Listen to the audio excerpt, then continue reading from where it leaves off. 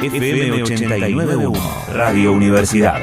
Vamos a saludar a Karina Pedace, que es docente investigadora de la Universidad Nacional de La Matanza, también de la UBA, de la Universidad de Buenos Aires, e integrante de GIFT. ¿Qué es GIFT? El Grupo de Investigación de Inteligencia Artificial, Filosofía y Tecnología. Vamos a darle la bienvenida. Karina, ¿cómo está? José Fernández, Walter Ferreiro, Luz Salomón, saludan. Buen día. Hola, ¿qué tal? Buenos días, ¿cómo están ustedes? Muy bien, por suerte. Nos vas a tener que ayudar un poquito con todo esto. Karina más ha entrado en un grupo selecto de las 100 mujeres. Sí, más brillantes en inteligencia artificial.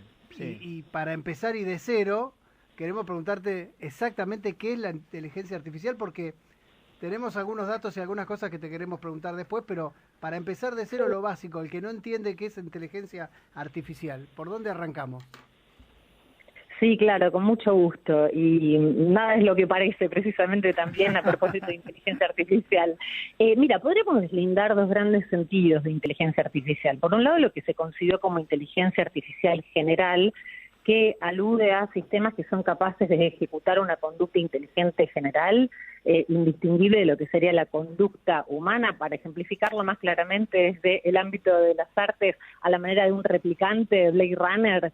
Y por el otro lado, la inteligencia artificial, que es en rigor aquella que más nos interpela desde el ámbito académico actualmente, en un sentido estrecho, ya no general, sino que es aquel tipo de sistema que realiza una tarea particular dentro de un dominio específico. Por ejemplo, el determinado reconocimiento de un tipo de objetos. Sí, básicamente aludimos a esta segunda acepción, lo de inteligencia artificial en sentido estrecho, cuando hacemos la connotación de algoritmos de aprendizaje automático o machine learning, ¿sí? Que es en gran parte aquello que permea nuestras vidas. O sea, esto que parece tan abstracto y distante tiene un impacto fundamental y moldea nuestras vidas cotidianas desde que nos levantamos y tomamos nuestros celulares, interactuamos en redes sociales, hacemos una compra por internet, de manera que este impacto que tienen nuestras subjetividades es parte de lo que hace que nos interpele profundamente desde distintas áreas disciplinares, en particular aquella de la que yo me ocupo, que es la filosofía, ¿no? Mira, nosotros decíamos que no es casual que, obviamente que no es casual que estos algoritmos no solo interpelen, como decías vos, sino que además acompañan tu vida. Es decir, vos en los algoritmos ves lo que tenés ganas de ver, lo que a vos te interesaría ver, ¿no? En cuanto a redes sociales y demás. Y uno dice, ¿cómo sabe esta máquina o esta computadora o esta red social que a mí me interesa, no sé, comprar huevos hoy al mediodía? Y tiene que ver un poco con eso, ¿no? Sí, por supuesto, y es muy interesante esto que vos ponías sobre el tapete, ¿no? Aquello que queremos ver, deseamos ver, y hasta qué punto entonces está moldeado también nuestro deseo por una inteligencia artificial, que me gustaría poner también con ustedes una reflexión sobre la mesa, que no es original mía, sino de una investigadora que se llama Kate Crawford, que en un libro recientemente traducido que se llama Atlas de Inteligencia Artificial, Poder, Política y Costo Planetario, lo que hace es desafiar un poco la noción misma, ¿no? Nos dice, bueno, la inteligencia artificial tal vez no sea ni tan artificial en el sentido de que existe de forma corpórea, o sea, estos algoritmos corren y se implementan físicamente como algo material, hecho de recursos naturales, combustible, mano de obra, infraestructuras, logística y clasificaciones, y por el otro lado tal vez no sea tampoco demasiado inteligente, en el sentido de que estos sistemas no son racionales en el sentido de que no son capaces de discernir algo sin un entrenamiento extenso y computacionalmente intensivo, con enormes conjuntos de datos y recompensas predefinidas que precisamente le vamos dando nosotros, ¿no? Porque es precisamente tu sistema de streaming, ¿no? Aquel que te recomienda que veas determinada película en función de aquellas otras que vos has visto. Y ahí empezamos a ver con algunos temas muy cruciales de los cuales nos hemos venido ocupando en los distintos grupos de investigación que integro, en particular GIFT, este grupo de investigación al que ustedes hacían mención, y que tiene como integrantes también a Tomás Balmaceda, Diana Pérez, Diego Loller, Maximiliano Seller, Tobias Schleider, en el sentido de que, bueno, uno nunca piensa solo, ¿no? Ni sola, sino que todo esto lo vamos refinando a través del diálogo. Y efectivamente, parte de lo que nos interesa también poner en discusión es que, bueno, si es gratis tal vez, como suele decir el eslogan, el producto seamos nosotros, ¿no? En ese sentido nos parece que hace falta muchísima reflexión crítica a la hora de darle el famoso clic a los usos y términos y condiciones, porque básicamente lo que estamos haciendo es compartir nuestros datos para que precisamente ese moldeo subjetivo, según el cual por ahí podemos tener la ilusión de que somos completamente autónomos a la hora de elegir, bueno, qué película o qué serie queremos ver, que estamos ofreciendo a las corporaciones, ¿no? Y en este sentido también nos parece vital que todos y todas formemos parte de un diálogo que no puede ser solamente un diálogo entre empresas y técnicos, sino ampliarlo a la sociedad civil, a los movimientos de base, al mundo académico también sin duda, pero la idea es que todos y todas podamos formar parte de esta conversación porque sin duda tiene un profundo impacto, como ustedes bien decían, en nuestras vidas, ¿no? Con implicaciones muchas veces muy serias. Claro, Karina, entre muchísimas preguntas que debe haber para el área, hay dos que me parece que sobresalen mucho y que son si la inteligencia artificial mejora nuestras vidas, una, y la otra si puede en algún momento reemplazar al hombre en algunos aspectos. Bueno, un par de preguntas súper acuciantes, sumamente interesantes. Respecto de la primera, en cuanto a mejora, pero una actitud reflexiva, crítica, tal como es la actitud filosófica que deseamos ocupar, la idea es poder borrar lo que en filosofía llamamos dicotomías, ¿no? Los extremos, digamos, ni irnos hacia la tecnofilia y celebrar acríticamente cualquier sistema tecnológico per se, ni tampoco caer en la tecnofobia y rechazar también acríticamente cualquier tipo de avance o innovación que sea en materia de tecnología.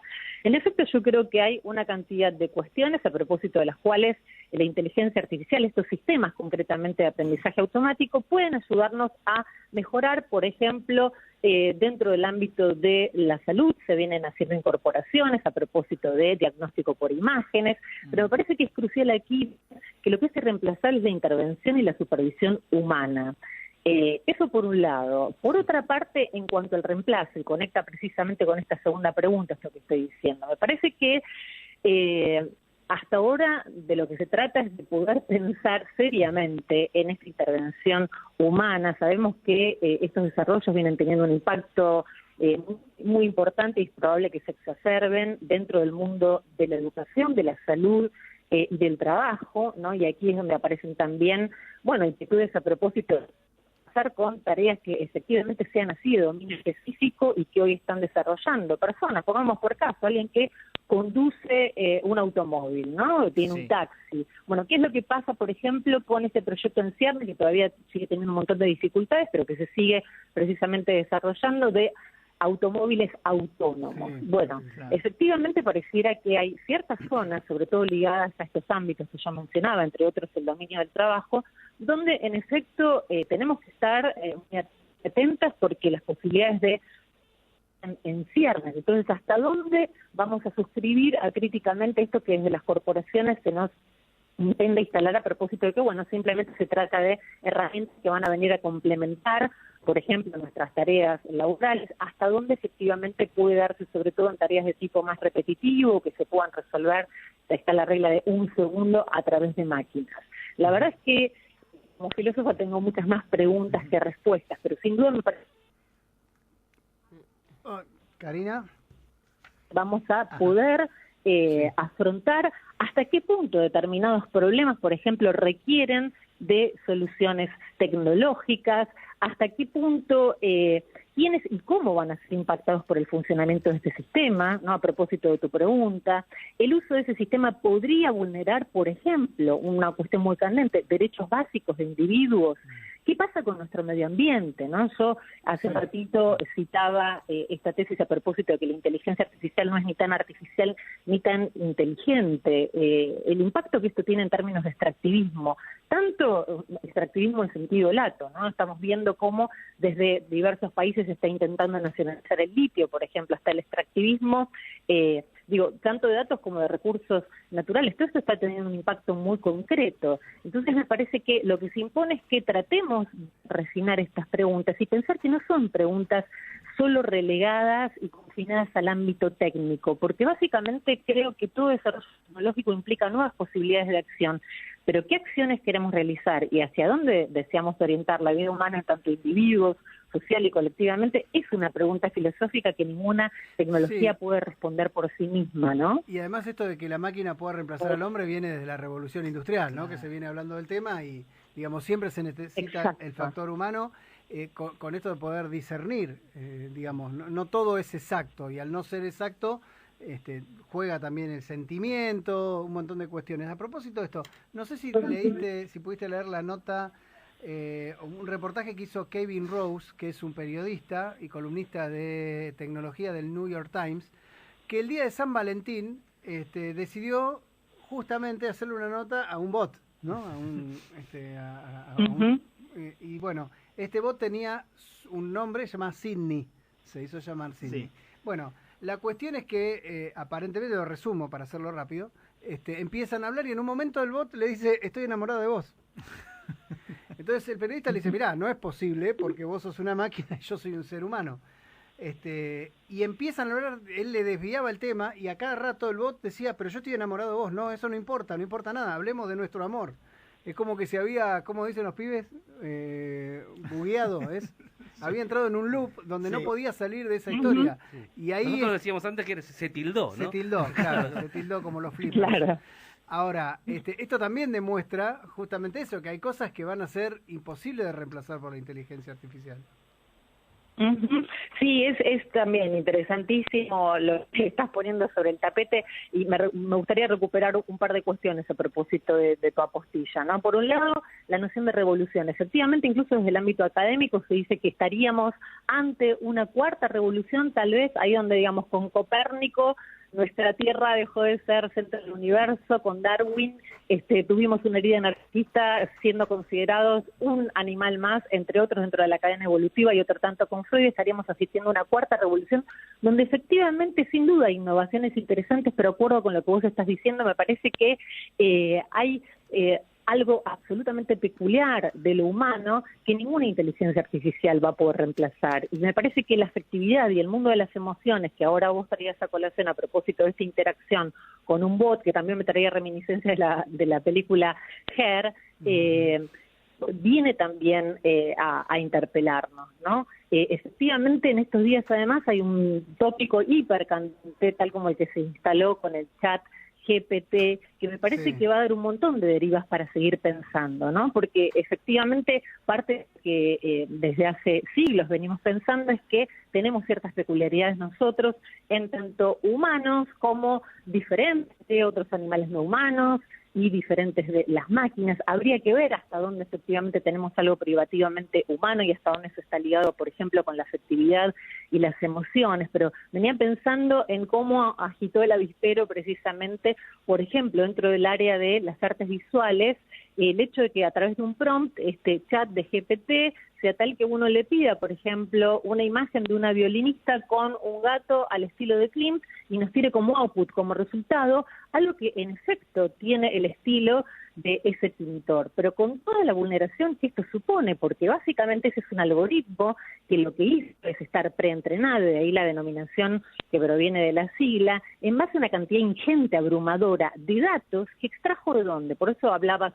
no solo de activismo en términos físicos también, sino de datos. Y bueno, básicamente de obras realizadas por artistas humanos, muchos de ellos vivos, que sienten, y con razón, vulnerados sus derechos de propiedad intelectual, ¿no? Porque aquí parece que efectivamente en pos de la innovación se están poniendo en zozobra muchísimos derechos básicos, ¿no? Entonces también gran parte de la pregunta es ¿cómo vamos a hacer para poder lidiar con estas cuestiones? Porque parece que con mera buena voluntad y autorregulación por parte de las corporaciones no basta, y estamos viendo el impacto que estas tecnologías tienen aquí y ahora, y con una perspectiva que en este aspecto parece bastante sombrilla, ¿no? Sí. Karina, una consulta que quizás, parece un misterio, vos nos vas a dilucidar, seguro uno puede imaginar por dónde viene, pero hace un ratito hablabas con el gallego, todo esto de los algoritmos y de las búsquedas que te aparecen de acuerdo a lo que vos buscaste o con lo que te interesa, y te devuelven, pero también se da a veces, a mí me ha ocurrido, que sin estar buscando, estando hablando con alguien, de nombro determinado tema o algo, y después me aparece misteriosamente, entre comillas, ahora vos le vas a sacar las comillas, eso que de lo que yo hablé Y me aparece, pero ¿cómo sabes que yo estaba hablando? Podríamos ir a tomar un café un día de esto. Claro, por ejemplo, me tengo que ir a comprar un colchón gallego porque se me rompió. Y me aparecen publicidad de colchones. ¿Eso es un misterio? ¿Eso existe? ¿Es una casualidad? No es magia. No es magia. No es un misterio.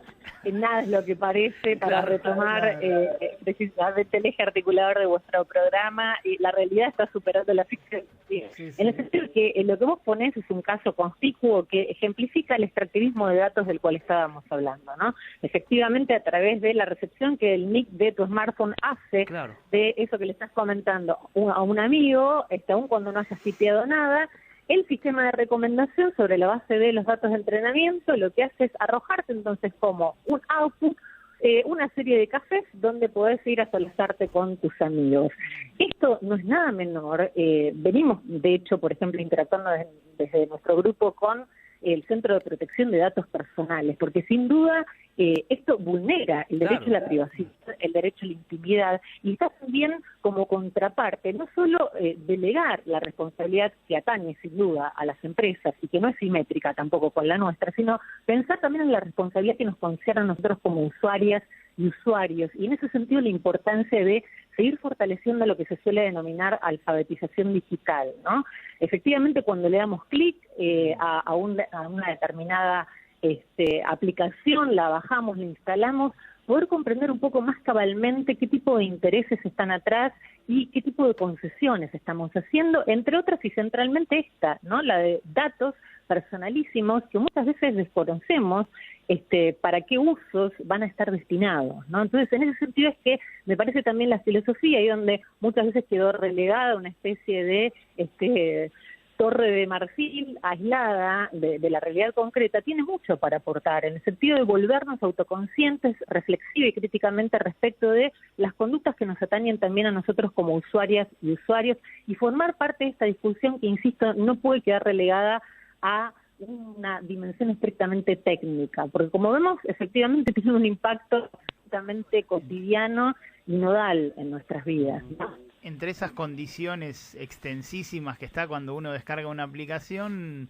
y que poca gente lee completa, debe estar el uso del micrófono, ¿no? Y que el micrófono escucha todo lo que uno habla con un celular cerca. Exacto, y hay maneras, en principio, de tratar de desactivar esto, pero efectivamente esto que vos decís también es muy importante.